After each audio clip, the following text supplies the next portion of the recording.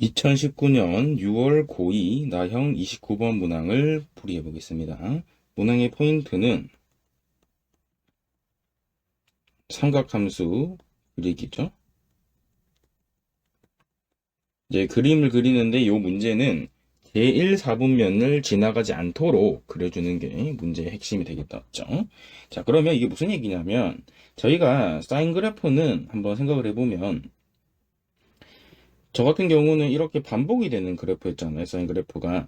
그러면 얘들은 정의역을 따로 제시를 안 했기 때문에 그래프가 무제한으로 계속 왔다 갔다 반복할 거예요. 그러면 문항 포인트는 최대값과 최소값을 잘 관찰하자. 이런 게 핵심이 될 거고, 이제 제가 생각할 때는 1, 4분면을 지나가지 않는다는 얘기는 저희가 4분면 구조를 한번 확인해 보시면 1, 4분면은 지금 빗금치는 이 부분이죠. 이런 부분이 1, 4분면이 됐는데 그렇다는 얘기는 이 최대값이 이슈가 되겠죠.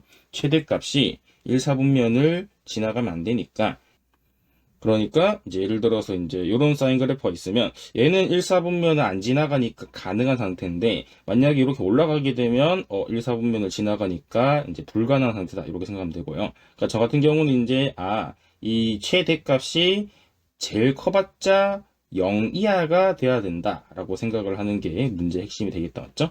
그래서 저 같은 경우는 이 문제의 핵심은 최대값, 즉 최대값이 0 이상이 되면 된다. 0 이하가 돼야 된다. 이렇게 알아두시면 됩니다. 그래서 최대값 같은 경우는 저희가 사인 그래프를 생각해 보면 K가 부호를 따져봐야 되겠죠. 양수인지 음수인지 모르기 때문에 K 부호를 따져볼 건데 그래서 K가 양수일 때는 K 더하기 K 제곱 빼기 6이 최대겠죠. 그래서 최대값이 0 이하가 돼야 돼요. 그러면 정리해주면 이제 요식을 인수분해해서 해를 구해주면 되겠죠. 그러면 0보다 커야 되니까 K는 이제 범위를 적용해주면 이렇게 구조가 나오게 됩니다. 그래서 K는 0보다는 크고 2보다는 작거나 같다가 되는 걸 알 수 있겠죠.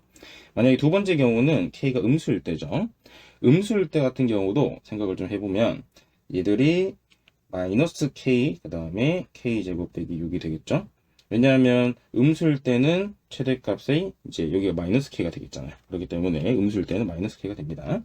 그 다음에 얘들 같은 경우는 이제 풀어주시면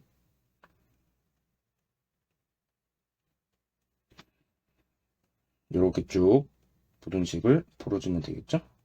그러면 얘 같은 경우도 이제 마이너스 2부터 3까지가 되는데 K는 음수기 때문에 마이너스 2보다는 크거나 같고 0보다는 작다가 되겠죠. 근데 얘들이 이제 중요한 게 K 값이라는 게 정수잖아요. 그러면 사인 그래프 앞에 있는 개수가 0이다 생각해봐. 그러면 K가 0일 때는 사인 그래프가 안 되겠죠. 그래서 세 번째 경우 0일 때는 직접 대입을 해야 돼요. 그럼 대입해보면 마이너스 6이잖아요.